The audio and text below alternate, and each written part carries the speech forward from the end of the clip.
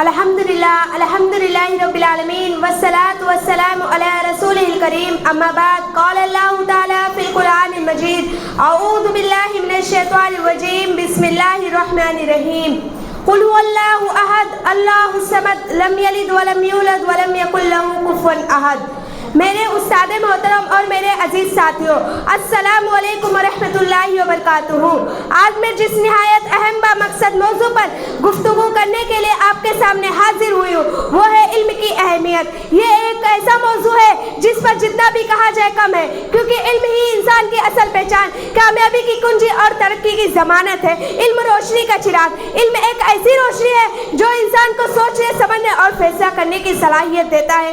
علم ہی کی بدولت انسان جہالت کے اندھیرے سے نکل کر ترقی کی منازل طے کرتا ہے۔ قرآن پاک میں اللہ تعالیٰ فرماتا ہے، کیا علم رکھنے والے اور علم نہ رکھنے والے برابر ہو سکتے ہیں؟ یہ آیت واضح کرتی ہے کہ علم انسان کو دوسروں سے ممتاز اور بلند مقام عطا کرتا ہے۔ قرآن پاک میں اللہ تعالیٰ فرماتا ہے، قُلْ هَلْ يَسْتَوِي الَّذِينَ يَعْلَمُونَ وَالَّذِينَ لَا يَعْلَمُونَ، یعنی یہ آیت واضح کرتی ہے کہ علم انسان کو دوسرے سے ممتاز اور بلند مقام عطا کرتا ہے۔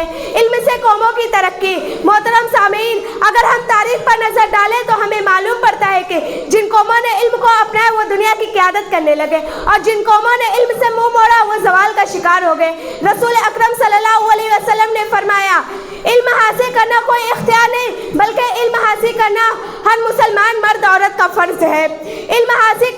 علم ہی ہمیں حق و باطل میں فرق سکھاتی ہے اور ایک اچھے مہذب اور باقیدار معاشرے کی بنیاد رکھتا ہے۔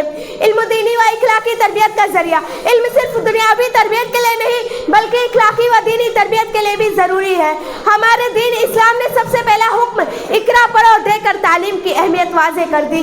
علم کی طاقت۔ علم ایک ایسی طاقت ہے جو کسی بھی قوم کی تقدیر کو بدل سکتی ہے۔ تلوار صرف جسم کو کاٹتی ہے لیکن علم دل و دماغ کو روشن کر دیتا ہے۔ اگر ہم جدید دنیا میں اپنا مقام بنانا چاہے تو ہمیں علم کو عام کرنا ہوگا۔ تعلیم پر خرچ کرنا ہی دراصل قوم کے مستقبل پر سرمایہ کاری ہے۔ اگر آج ہم نے اپنے بچوں کو تعلیم نہ دی تو ہمیں کل پچھتاوے کے سوا کچھ حاصل نہیں ہوگا۔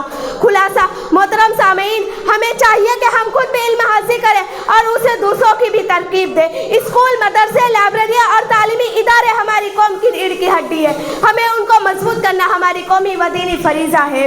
آخر میں یہی کہوں گی، قلم کی طاقت دنیا کی سب سے بڑی طاقت ہے، کیونکہ یہ ذہنوں کو بدل دیتی ہے، سوچوں کو جلا بخشتی ہے اور قوموں کی تقدیر سنوار دیتی ہے۔ آخر میں اللہ رب العالمین سے میری یہی دعا ہے کہ ہم سب کو علم حاصل کریں اور اسے پھیلانے کی توفیق عطا فرمائے۔ آمین۔ السلام علیکم ورحمۃ اللہ وبرکاتہ۔